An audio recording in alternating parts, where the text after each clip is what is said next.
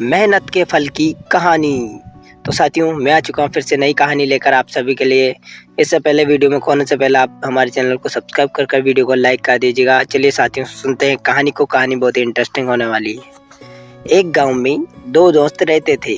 एक का नाम मोहन और दूसरे का नाम सोहन था। दोनों में बहुत सी गहरी मित्रता थी। मोहन बहुत ही धार्मिक व्यक्ति था। वह हमेशा भगवान की भक्ति में लीन रहता था, जबकि सोहन बहुत ज़्यादा मेहनती था। एक बार दोनों में एक बीघा जमीन लेकर उसमें फसल उगाने के बारे में सोचा, जिसके बाद वह एक अच्छा सा घर बनाना चाहते थे। इसके बाद दोनों दोस्तों ने खेत खरीद लिया। सोहन दिन रात खेत में मेहनत करता और मोहन मंदिर में बैठकर फसल अच्छी होने के लिए भगवान से प्रार्थना किया करता था। इसी तरह से समय बीतता गया और कुछ दिन बाद फसल पक गई। फसल पकने के बाद उसकी कटाई करके उसे बाजार में जाकर बेच दिया।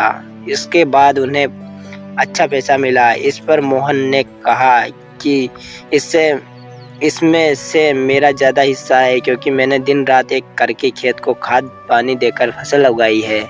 लेकिन यह बात सुनकर मोहन गुस्सा हो जाता है और कहने लगता है कि धन का ज़्यादा हिस्सा मुझे मिलना चाहिए, क्योंकि मैंने अपने खेत में अच्छी फसल होने के लिए भगवान से प्रार्थना की है, और जब तक भगवान की मर्जी ना हो तब तक कोई भी कुछ नहीं कर सकता। दोनों इसी बात को लेकर लड़ने लगे। अब यह बात गांव के मुखिया तक पहुंच गई।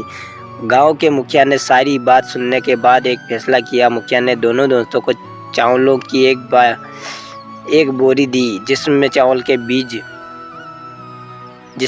के बीच छोटे छोटे कंकड़ मिले हुए थे। मुखिया ने कहा, इस चावलों की बोरी को घर ले जाओ और इसमें से सुबह तक चावल और कंकड़ अलग अलग करके लेकर आओ। फिर मैं सुबह फैसला करूंगा कि फसल का ज़्यादा धन किसको मिलना चाहिए। दोनों अपनी अपनी चावलों की बोरी लेकर घर चले गए। सोहन अपने चावलों की बोरी को खोलकर उसमें से कंकड़ अलग करने में लग गया। मोहन अपनी चावल की बोरी को लेकर मंदिर में चला गया और भगवान से चावलों से कंकड़ को अलग करने के लिए प्रार्थना करने लगा। बोले कि भगवान, मेरे चावल से कंकड़ अलग कर दो। दोनों अगली सुबह मुखिया के पास पहुंचे। मोहन ने तो पूरी रात जागकर चावलों से एक एक करके सारे कंकड़ अलग कर दिए।